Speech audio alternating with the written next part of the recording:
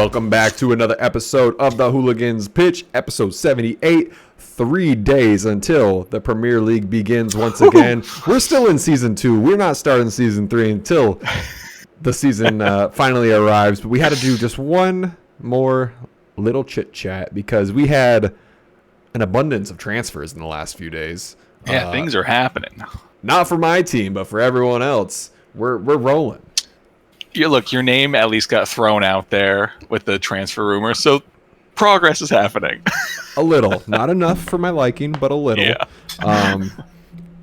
With the lack of transfers, I kind of want to alter my position in the table, not going to lie. But that's an issue that we'll look at later. Let's get into our beverages, Chad. I believe I went seltzer last time. Not this time. We're feeling good. Citrus Dive Grapefruit IPA by Deschutes. I feel like you've had it. It's been around. I have had that one, yeah. It's just you have not? I have, yeah. Okay, yeah. good. Yep, it's in the Deschutes variety pack. Delicious. Yeah. Tasty one. I'm actually already working on this. It just came from dinner, so. Hey, yeah. But another Voodoo Ranger Tropic Force, so we're both in that citrusy mood tonight, I guess. Yep, I was feeling it. Shout outs to people getting their team rosters in. We have a couple people already in. People have paid. We have, I'm sure, a couple more coming in Thursday night. We will send out that reminder. So don't you worry. But I think we're expecting a good committed group.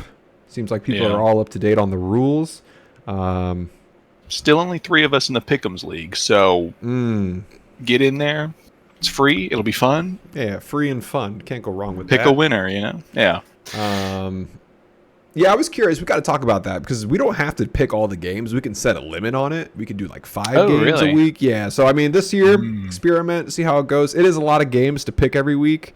Yeah. If I do limit it to 5, though, or however many we want, you get to choose out of the schedule which 5. It's not like a random 5. Nice. Mm-hmm. Yeah. So you can, if you're certain on some, we can adjust that. But we'll see how it goes. I'm curious how the Sleeper app does with this Pick'em League. FIFA right around the corner, going to get that tournament going. We have Sammy from our league doing a classic FPL league. A lot of footy things going on right now. Yeah, and this is before season even starts. So, join the leagues, get ready, get your team in. Don't get burnt out.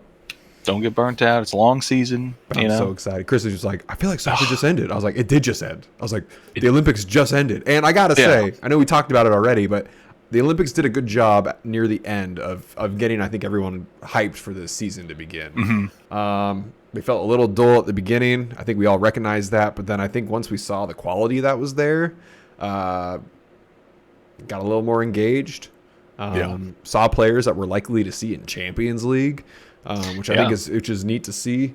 So yeah, man, let's get to these transfers if that's where you want to jump to. Any favorites in the last week? Man, I feel like there's been so many. I guess I'm going to shout out Solanke officially going to Tottenham since we talked about that a little bit last time. I think I'm in agreement with everyone that the price is probably too high, but it's the striker market, and if you need a striker, you got to be willing to pay. Do you think it's too high for Tottenham, though? I think for Tottenham, it's if they want to stay competitive, I think that's what they would have had to pay for anyone. I don't think it's too high for what Tottenham could and should pay, but I think Solanke's had I'd say last 2 seasons have been decent. Last one especially. He's proving he can make it in the Premier League, but I think it gets a little bit skewed because all the comparisons are going to go straight to Harry Kane, which he's probably not going to be, but you never know. He can still improve, but Bournemouth didn't need or want to get rid of him, so by all right, put whatever price you want out there, and if someone comes to pay it, then cool. So yeah, I think Tottenham probably got a good enough deal. Bournemouth will take that money and have to find a replacement now, I guess. But I think he's going to go in there, and it'll help that Tottenham attack. Push Son outside again, and Solanke, I think, is good enough to kind of do some of what Kane did with Son, where they kind of build with each other and play off each other. But then I think he's also just an actual striker, so he should be in that box and not run into the Harry Kane issues that we see maybe too often these days of him having to drop back to like defense and then the counter starts and he's nowhere to be found. So fantasy me is excited for that one. Arsenal fan me is I never want to see Tottenham do well, so I hope it's a crash and burn. I don't think it will be a crash and burn if we're just gonna put that forward. I think I don't think so. I think the one stat that we're likely to see decline this year is his goals, just because he will not be the PK taker, and he did have a fair number of PKs at Bournemouth. Son will probably still be taking those PKs unless something drastic happens.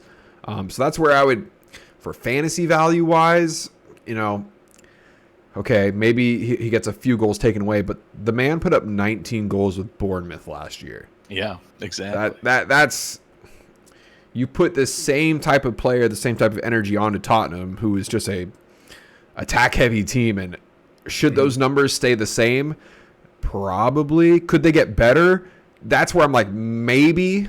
Could they get worse? I could say most likely.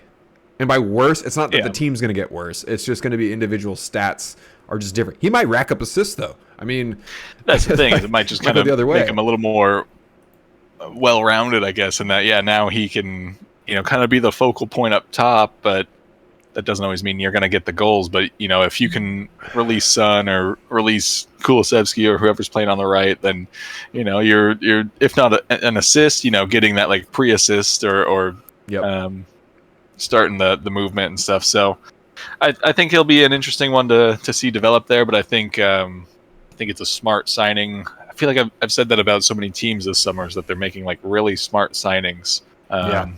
No one seems to be breaking the bank, throwing money at someone just because they're a big name or anything too crazy this year. I mean, except for Chelsea signing like a new player every other day. But I was going to say, is Pedro Neto on that like borderline crazy quality player?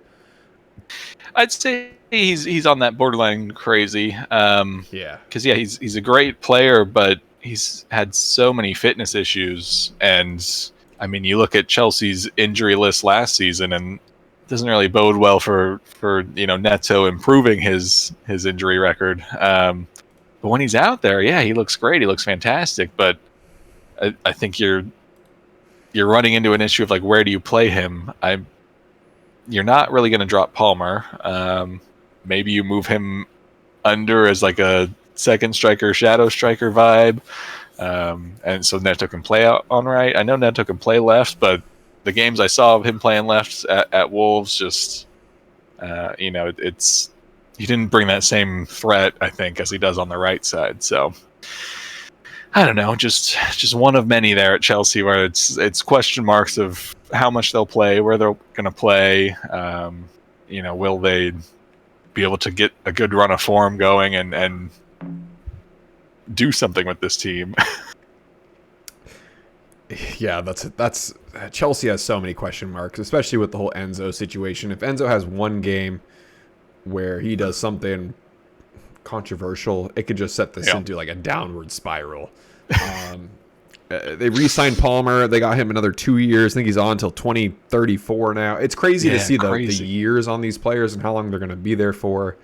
I'm still so curious how this will play out for some of these players. Like, I feel like Bowley is just kind of like doing the millennial, like, we're not gonna see the world in 20 years. Let's let it rip.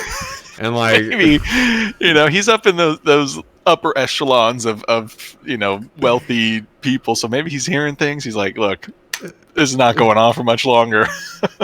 Sign him up. We got 20 more years left. 10-year deal, no problem. Neto leaving his buddy Hoying over in the Wolves. I had the Wolves getting relegated this year. I think I can even lower. I don't think the Wolves have gotten better. since I had that, since we had our conversation. No, I'd agree. Neto's a big loss, even though he didn't get to play as much as they would have wanted him to. You know, when he was there, he was such a weapon, and him and Huang had such a connection. And yeah, you know, I don't know that there's a good way out for Wolves at this point in time. Not to say they can't do it, but you know, I think you're asking a lot here with the team you have at the moment. What do you think of Matthias de Ligt going to Man U? Inevitable in our eyes. Yes. You know, recreating Ajax, so great. We're halfway there. One more piece of the puzzle. Halfway there. Yeah, I think that'll be interesting. You know, I haven't really paid attention to his career other than the times he popped up for Netherlands or you know, a highlight that's posted or something. So I'm not really sure how well he's performed, but you know, if he's kind of on the outs at Bayern, then I'm assuming it's either got injured or, you know, fell out of favor there somehow. Well, fell out of favor to Eric Dyer. That's true too. So I mean, that's not a good look. And we know what Dyer can do in the Premier League. Yeah. So I think it'll be interesting. You know, when that one went through, it definitely gave me pause of like, do I throw him in the fantasy team? Thought about it. But I feel like United is just a little bit like Chelsea, where it's like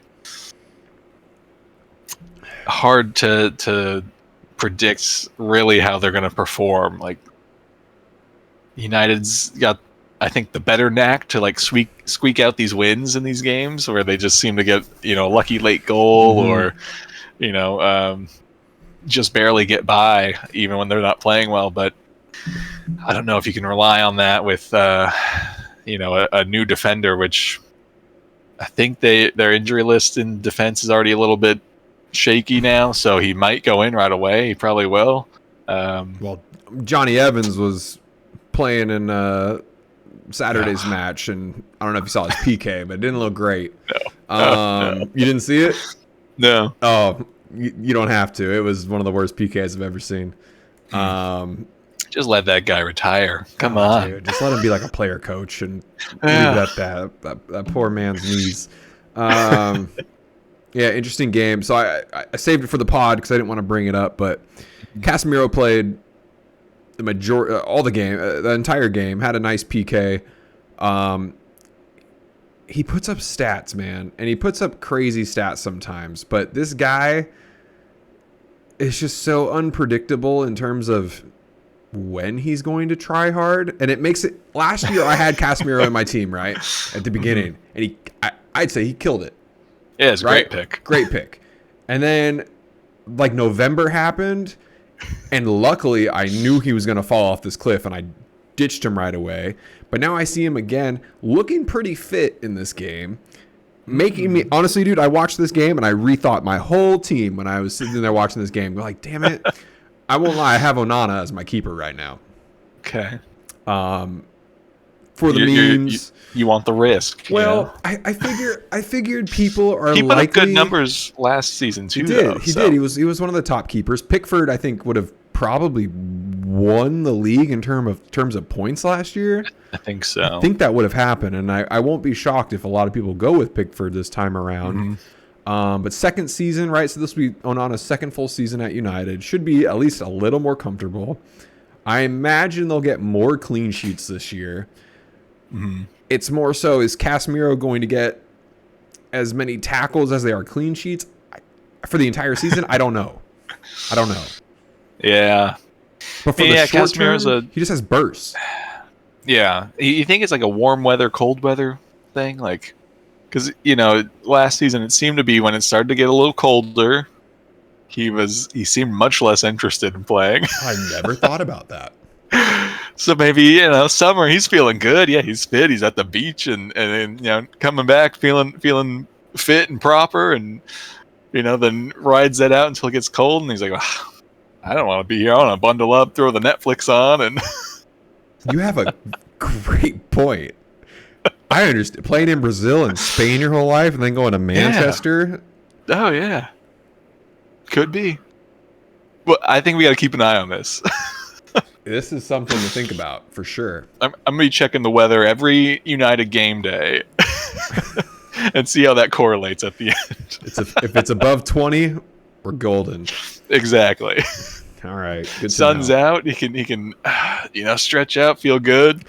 I get it. Yeah. When it's cold, you don't want to move. Yeah. Getting older. He wakes up, cold morning. Yeah. Everything's stiff. Don't want to go run a couple miles out there. It makes total sense. I'm gonna actually see if I can pull up the game. I don't know. Who were they playing? It was City. It was the Community Shield. Community Shield, yeah. When Onana was giving Haaland the entire right side of the goal, and then said, "Just kidding," and then Haaland just put it. Haaland was laughing, dude. He's like, "What are you doing?" Yeah, like I can appreciate. The mind games that keepers want to play and almost need to play in these penalty kick situations. You look at Tim Krul, he was great at it. Emi Martinez is, probably the best right now at the mind game aspect. And I think Onana can do it, but I think he's just copying the moves on FIFA that everyone does, right? Where you just show the side and then... Oh, dude, he was doing the Macarena. He was, I swear to you. Go back and watch it. The very first PK take. I don't remember who it was, but yeah. The worst part is though he saved that one. Oh well, yeah. Yeah. So I don't know. I think we'll see him get a little more. I guess we'll say risky since he wants to say he's taking risks with his antics, which I'm kind of down for. The penalties are. While not exactly a goal and not exactly 50-50, I think most people would agree, attacker favored there. So, let these keepers get a little crazy, do a little dance, play some mind games, and it's great to watch. So. Game high 5 tackles that game. I don't have any more stats. They didn't really do a lot of stats for most of that game. Fun quote from Pep that came out though. Ederson is our best PK taker. I feel like he said this before or something similar. I don't think he's wrong. I don't. I think Ederson. The PK he hit. He scored one. It was nice. It was probably the best looking one that day. I forget what it was for, but I feel like he said something about it before where he's like Ederson is. Yeah, one of the best or the best PK taker we have. And I don't think we got to see him take a PK whenever this was, or I'm just making it up. I don't know. But, I also wouldn't be surprised if a lot of keepers are fairly good at penalties. You play the defending side, so you almost know what the other keeper should be thinking. And as long as you got a strong, accurate kick, then you're pretty much good to go. Maybe that's what we got to do. We got to just, any penalty is just keeper on keeper now. No one else takes it. Let's really see the mind games come into play now. Yeah, sudden death, keeper on keeper. Yeah, there you go. Would be fun. Akanji made a PK, blasted it, killed it. Oh, good for him. Where was that in the Euros this summer? Yeah, I mean, he had to be hurting a little bit after that big miss, so always nice to see a player come back from something like that, because you don't want it to be something that really throws their career off track just because of one moment where it's an easy thing to mess up, especially when the pressure's on like that. So yeah, but have you've probably heard the Community Shield curse that City has not won in the past few years, and which led them to a title maybe, but now they won it. Is that a good omen or a bad omen? I don't know. I don't know. It depends. Savino, that new pickup they got, he looked really nice, dude. He looked really good, and it's just terrifying. And then there was a rumor. I don't know if you saw this rumor today. Luis Diaz transferred to Man City for $70 million. I saw that. Yeah, it's pretty messed up, right? I don't think it would happen only because Liverpool and City's rivalry the past there's no 10 way. years or whatever it has been too just back and forth, and like a 1 point difference at times. Like There's no I way. don't think as much as Liverpool will need to make tweaks and stuff as Slot comes into charge with everything and tactics. Like I don't think you're selling to a direct rival like that. I don't know why that got dropped. I don't know how that got dropped. I don't know who did it, but it like wildfire. It just took off. I don't know when. I don't know even where I read it, but I was like, "What?" And I immediately went to Google to see how accurate that was, and it wasn't. At least from what I know. There's no way Liverpool's going to sell to a direct rival. It's going to be PSG. Barcelona has interest, and then I think AC Milan would be the other pick, or Juventus was another name out there, but that's it. It's not going to. Shocked if it'll go to any team in the Premier League. Yeah, Shocked. yeah, I'd agree. I mean, I don't think City makes much sense anyway. Like they already have, I think, a good enough set of left wingers there, or right wingers, depending where you want to play them. But yeah, I think it'd be silly. Like the only team I could see in the Premier League Liverpool selling to would be someone much lower who probably doesn't have the 70 million or whatever it's going to be to get Diaz. So Chelsea. Well, it's coming up on another day here, so that it could happen. But I don't know. I think I don't know. If Diaz does go, I feel like it's probably going to be Barcelona. Like I still don't think the Nico Williams deal is going to work out. But I don't know. Barcelona finds money under the couch or something, and I think Nico Williams is final for. Was it Bilbao? Is that where he's at? I think so. I think he signed something. Oh, did he? Recently. Oh no, I'm sorry. They gave him the number 10. Just to be like, look, man, you're our guy. Yeah, So I don't know. I mean, I guess we'll see. But I'm just wondering, as the season starts and transfer window for Premier League stays open a little bit longer, is Liverpool going to be okay with letting Diaz go at this point, or is it like now season started, so we're kind of he's in the plans, and I think you keep him now. Yeah, I would agree. It's if he tries to force it, then okay, maybe you can do something, but I don't think he will. I don't think he will. I don't think he wants to leave. I don't think he does. I think the price is good where we would sell. But it seems like both parties are on board to do this thing again. It's just, I don't know, man. Our depth. I think that's what's going to get us this year is our depth.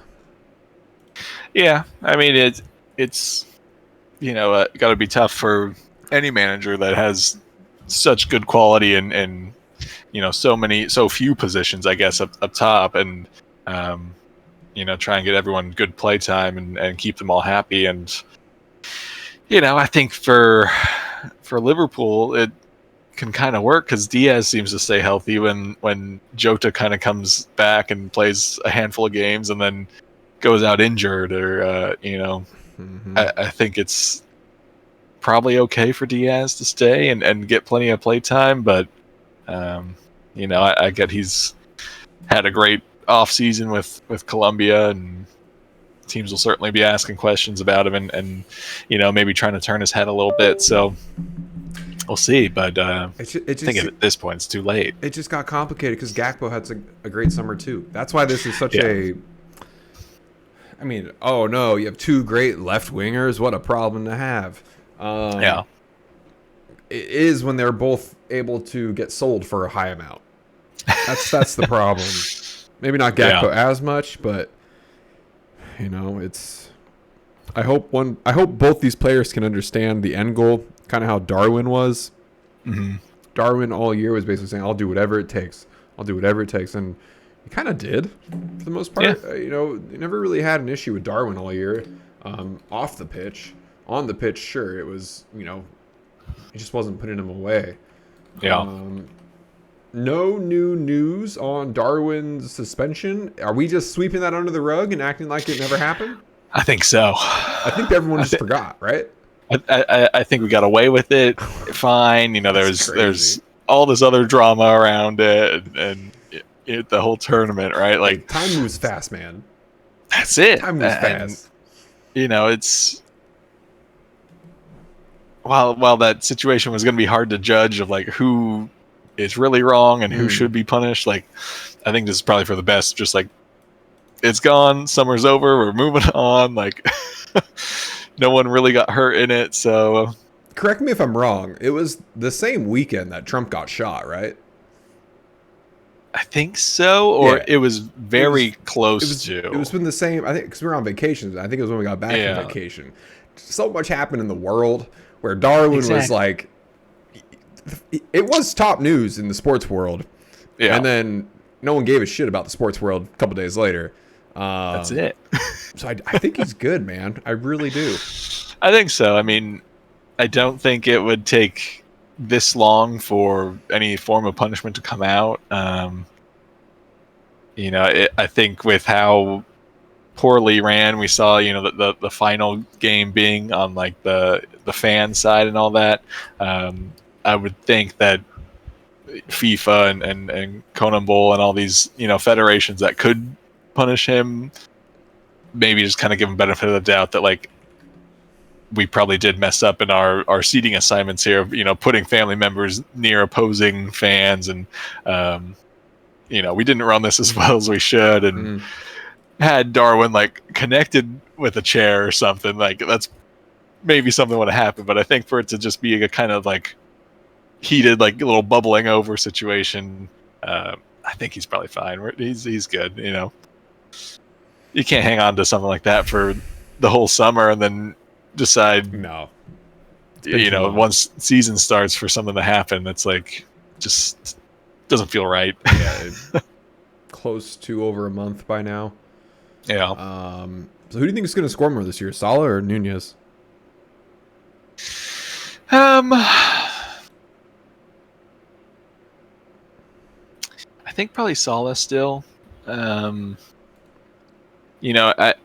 definitely seen him kind of move a little bit to the more creator side and taking some of that gravity away from other players, which he'll still do this season. But I think he's going to continue to just keep scoring, and I think as long as Trent can stay healthy this season, that'll help Salah's numbers again. I don't know. I mean, I think they're going to be close, honestly. Like, as long as Darwin can get his shots on target, then he'll run away with it, honestly. But I think I'd like to be surprised, and his shots actually start just going in, and instead of hitting the post and all that. But it's hard to believe when I feel like I've seen it. for almost like every game, it feels like a handful of hitting the post or straight at the keeper. So I think Salah's still got the goal tally in his bag. I think so too. Salah said himself, he's the easiest pick in Fantasy Premier League because he always produces. And did you see that quote? Did you see him talking about it? No, I didn't. I'll post it in our Discord. It didn't come off as cocky. It was just he's just because he plays Fantasy Premier League, and he's just like, I'm the easiest pick out of everyone. Like, I'm reasonably priced. I've been the top point getter every single year, and fair. I mean, he really has been. I think age and Father Time is undefeated, and Salah will be 33 this year. Does that sound right? Probably somewhere around there. 32. Oh, crazy stat for you. James Rodriguez is older than Salah. Oh my god. That doesn't seem right. No. Something's wrong there. Yeah. We've like crossed timelines or something. James still seems like he's in his young 20s. And for real. yeah, he's got Salah by a year. Man. God, Salah's a 92 kid. Yeah, he's right there with us. One of us. All right, what other transfers we got? Just kind of bring transfer market back up just to see if there's anything in here that needs our immediate attention. Oh, Wan-Bissaka, West Ham, 7-year deal. 7 years. 7 year, I feel like is a little bit much. A little bit. But, whatever you got to do to get the guy, I guess. I think that's a pretty good pickup for them. Another smart signing, I'd say. Yep. I think because he's a right back or left back? Yeah, right back. Right back. So, yeah, he'll be playing behind Bowen, which I think is great. Should have Bowen be able to stay up higher a little more, get ready for those counters. Or if it's Kudus, same thing. They shouldn't have to drop back as much. I think Wan-Bissaka's always seemed like a pretty decent defender, decent attacker, I think, too. I don't really know what happened with his United career for him to kind of fall out of favor. Injury. But he got injured in the middle of last year. I was looking at him pretty heavily, but I think he's just going to be the Kufal replacement once they get rid of him. Yeah. I mean, Kufal had a pretty good year too. He did, yeah. So it'll be interesting to see how they use both. They go one or the other. Makes me think that if they're going to sign someone for 7 years, he's probably going to be playing right away. But it's like, well, Kufal had a pretty good year and a pretty good Euros. What are you going to do with him? Yeah. Yeah, I mean, I think Kufal's contract is pretty much done, maybe after this season. I feel like I was reading about that at the start of the summer of, he was looking for a move away. 25, June 30th, 25. So he's got one more year. And honestly, I'd like him at Liverpool. I think he'd be, if Trent stays, which we haven't signed anyone to any extended deals this year either. I don't want him to be my starter, but if I had a choice of a backup for a right back in the Premier League right now, he's definitely up there. Oh yeah. He's, he had I'd say a pretty productive season last year on a West Ham team that, had their moments, but I feel like for the most part kind of didn't perform. And he was certainly one of the highlights. So yeah, I think, if you can get him to agree to be kind of that backup role, he's a great option. I mean, I know who was it? Connor Bradley?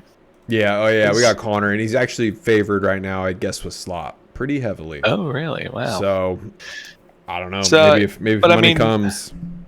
Yeah, I think if you're presented the opportunity to have Trent as your starter, Kufal as your immediate backup, I think you would probably take that over Bradley. Not that Bradley is bad, but he's still young. I think you don't want to put him in too many bad situations and scare him off or anything. Let him build his confidence. Which, I mean, saying all this, and last year he came into the team and performed like he had been there in that starting 11 for years. So I think it'll be interesting though. Has there been talk of Slot trying to move Trent midfield or any of that? He's going to keep him. I think it's better to keep him at that right wing back because he just slays back there, honestly. So can our defense recover for him, and will he at least, when he is tracking back, be a defender? Countless times ball would just be either put next to him or he wasn't marking his man. Just awful defending, and that's what killed us. It felt like crucial points of games. I don't know. Maybe Slot can talk him into just trying a little bit more. I understand. Use your energy for our attack because it's so potent. I don't know, man. I'm getting anxious just thinking about this weekend and what day. What day are we playing? I think we play Saturday. Yeah, you're the Saturday morning. The morning, right? Yeah. So what is that? 6:30 a.m. You got 4:30 at your house? Yes, sir. Wow. Bright and early. Wow. Well, the following week. Let's look at the following weekend. Okay. Saturday morning, we got Brighton and Man United. Okay. So might be awake for that one. 4:30. Hey man, Taco Bell. We'll be at Taco Bell like 2:30. We'll be like 2 more hours. Just 2 more hours. We can do it. Yeah, go Taco Bell, grab a little Baja Blast, set it in the fridge. Don't drink it yet. Yeah. Take a little nap, wake up, hit the Baja Blast. You're good to go. Watch soccer, get drunk. Yeah. And then we got Villa and Arsenal at 9:30. Second week, come on. Yeah, so we'll sleep. We'll sleep after Brighton, Man United. Mm-hmm. Maybe make it through the whole game. Maybe. And then be up by 9:30. I'm already tired thinking about it. I know it's gonna be a long day and a long weekend. Holy moly! It'll be fine. We'll make it through. We'll rally. We always do. Well, shoot. Any other news you want to bring up? Last I heard, the Gallagher deal is falling apart. Yeah, I think he's going back to Chelsea. This is awkward now. You think he's playing? I mean, if you're Chelsea, I think on one hand, I think you maybe stick to your guns of like, if you stay, you're not really playing. But on the other hand, like, he did agree to go, and this fell apart somewhere along the line. Mm-hmm.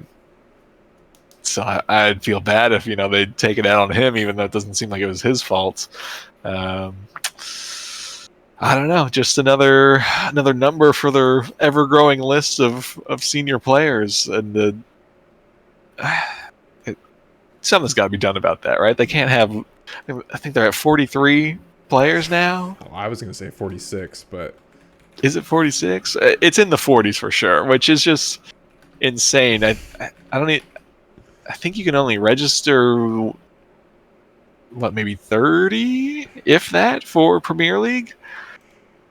So where the rest of these guys? What are they doing? I don't know, Chad. If you're not getting loaned out, if you're not going somewhere, what? And you don't get registered for Premier League, you're just floating. That's why I don't understand why anyone is going to Chelsea right now. Yeah, it's 25-man squad is what they'll need. So they got to cut like 20 guys. August 10th, 24, Chelsea squad swells to 50 players amid spending spree. I think some of those are on loan, so I don't know how exact that number is. You see? Well, I mean, do you see? Todd Bowley has made top 10 most transfers in the Premier League history in his tenureship. Oh, yeah, I actually have it pulled up right here. Oh, good. Yeah. So Chelsea in total has spent 3.87 billion, and Chelsea under Todd Bowley has spent 1.32 billion of that. So basically half of that just under his last year, basically. And for what? Like, your best signing in that was Cole Palmer, which is arguably the cheapest. Probably. But like, who's next best? Like, I don't think Enzo or Caicedo performed well enough to really have made you feel comfortable about the price you spent on them last season. The whole back line was always kind of a mishmash that just ended up relying on Thiago Silva. I was going to say Gusto. He was maybe one of the more consistent performers, so I think that's a good shout. Oh, I mean, even Cucurella wasn't performing that great for most of the season. No, he was, pretty average, I'd say. He had a great Euros, so I think he's the player that we saw at Brighton is clearly still there, but Chelsea just was the wrong fit for him, at least last season. We'll see if he can, build on a good summer, but yeah, I don't know. It just feels like something is amiss in the Chelsea spending spree that they do. Like, I know I see like the articles of they like sold their own hotel to themselves somehow to clear some more money and stuff, and like, you know, all the fancy bookkeeping that you could do, but it's just silly, and especially when you see the article come out that Everton might be, you know, punished again this season for overspending, and it's like, Classic. yeah, but what about the 1.32 billion this guy just spent in you know 1 year, a year and a half, whatever it is? It's just silly. I don't think we'll see anything ever like it again. I wouldn't think so. This feels like one of those where, like, just so much money and the big contracts kind of work for this moment in time, but then I think as the years go on, players will start to see, well, okay, yeah, I can, you know, sign a 7-year deal and have that stability, but then if it goes south, like, I'm locked in. I have zero leverage in this anymore. And then, yeah, I think Premier League will have to step in at some point, or take a closer look and you know, ask these questions of how you're spending 200 million every single window now. Like, that's crazy. Oh man, it feels impossible. Yeah. So we didn't talk about it yet, but City is officially going to their hearings starting in October. Did I read that right? Next month? Maybe September? Yeah. I think it's September. Yeah, beginning of September. Verdict expected in early 2025. I read it would be as early as spring, whatever that means now, spring 25. So it might be a while. Yeah, I mean, not really getting my hopes up for anything to come of this. You know, City's going to throw so much money and so many lawyers at this thing to fight it. But you have to hope that, you know, Premier League has taken so much time to kind of get everything together before they even took this to trial, that they're prepared for all that and you know, can formulate a strong enough argument and provide enough evidence to show that there was cheating. And I don't know. I hope someone's in that courtroom that can just kind of give us little tidbits here and there as it goes on, because I don't want to have to wait till this ambiguous spring 2025, which, you know, very easily could just kind of get pushed out more and more. I mean, do you think there's a chance they really have anything done to them this year? I don't think this year, because I think if you're taking all 115 charges to this trial, right? So I don't think you're going to want to like piecemeal it out and, you know, okay, docked 6 points here, but then just fined this much for this. I think it'll probably come out to some, you know, agreed overall punishment, which more than likely will just be a fine that costs City basically nothing. But, you know, yeah, I'm not expecting them to see it, you know, become March and then it's like, oh yeah, you guys are actually auto relegated, so your season's a bust and thanks for playing for nothing. Like, that won't happen. So you would believe we'd see Everton lose points before City at this point? Oh, for sure, yeah. Do you think it's going to happen? I think so. I mean, there was just the article earlier that they're getting looked at again for, you know, I think another 6 point is that what it was, 6? I think it was 6, yeah. Which is just, it's not the worst, but it's annoying. There's just got to be something, because, like, obviously you want these clubs to be run well, and that, you know, that's what part of this is supposed to be doing and ensuring. But, you know, it's I think you also have to try and help these clubs out a little bit when you know, it seems so easy to sell these clubs to the highest bidder, and I'm sure they go through some form of you know, vetting and checks. But if someone comes in, just spends a boatload of money and then dips out and leaves, you know, the club rattled with debt, like, not exactly the club's fault, you know. And I just feel for the Everton fans, like, last season, if you take away or give back the points that they were docked, they had a great season. Top 10, at least. Which is crazy, So to survive that season and now coming to this season, maybe already going through that again, that's got to be so annoying and just so tough to take. And, as much as the Liverpool side of you may not want an Everton to do well, like, you want the rivalry in the Premier League, right? Like, you want that match that you get to see twice a season and not just the chance meetup in the FA Cup or Carabao Cup or something. Yeah. It's fine. It's fun to have a direct rival in your own city. And like, to say a rival, that's even too strong, but Everton beat Liverpool last year to nearly end our season. So, they found a way. Mm-hmm. Who they got? They got Brighton first, Everton. Yeah, it's I hope for their sake this one kind of blows over, or they get like a pass on this one, and like a final like slap on the wrist of like, now don't overspend. Like, this is your last and final freebie. Just do it at the end of the season when they don't get relegated.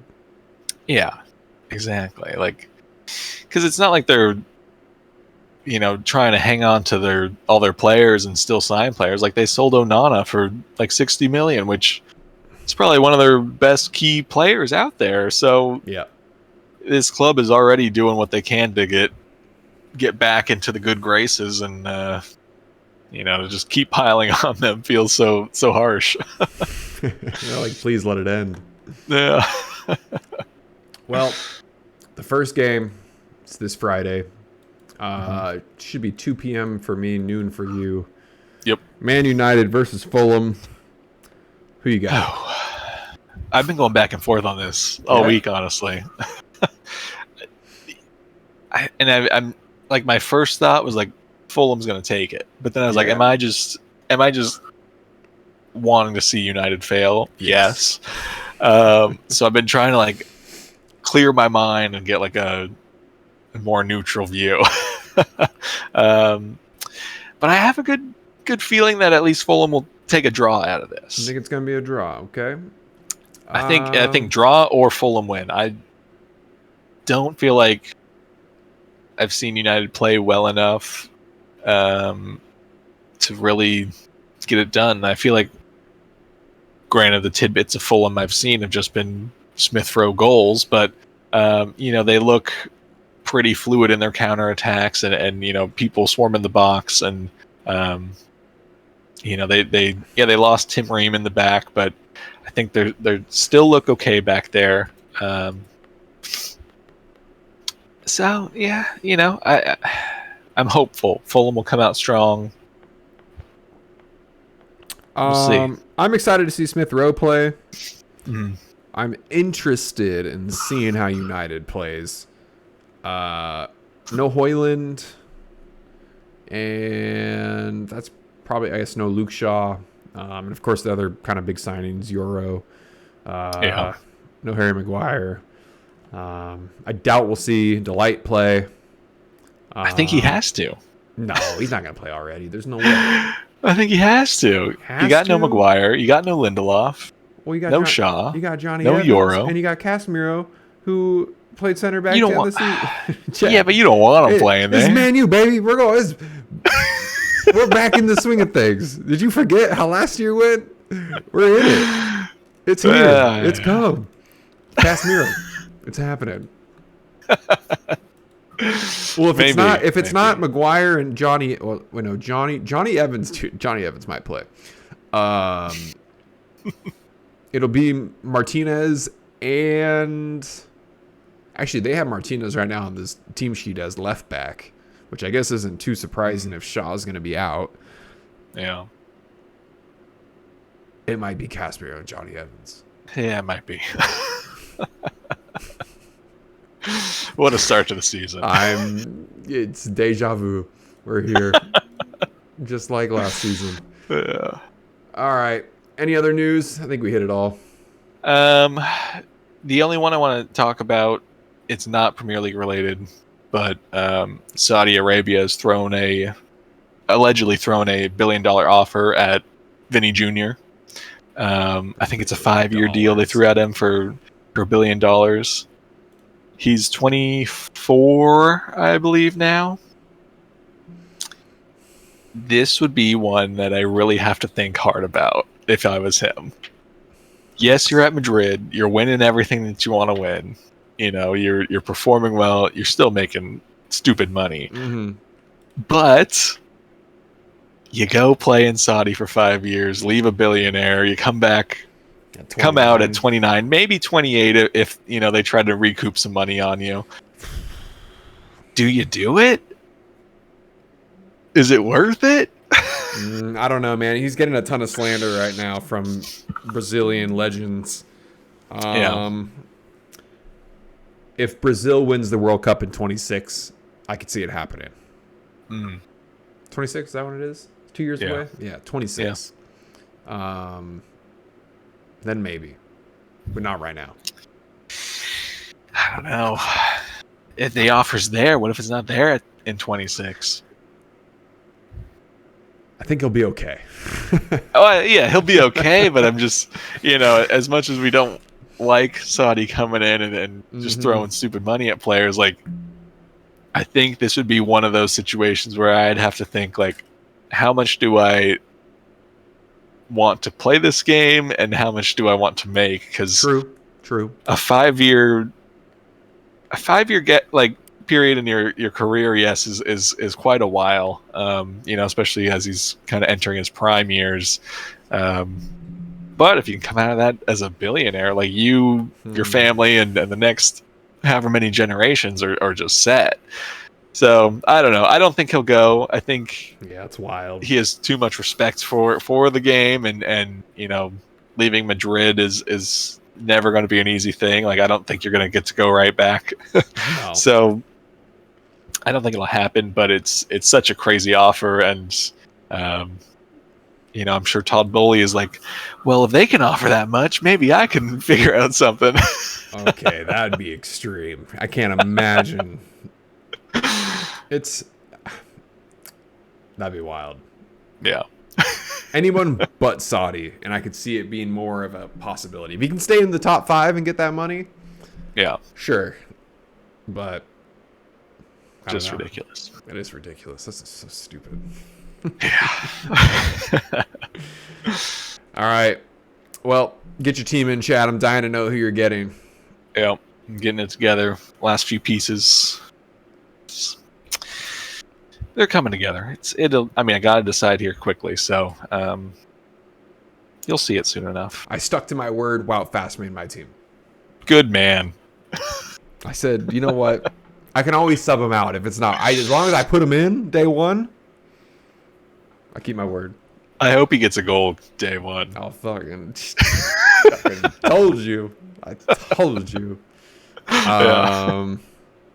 Don't sleep on Tyrone Mings either. He's back? He's back, baby. All right. With the vengeance. We'll see. All right, Chad. 2 days to go. Okay. Right around the corner. I'm ready. Until then, who gets pitch? We're out. Peace.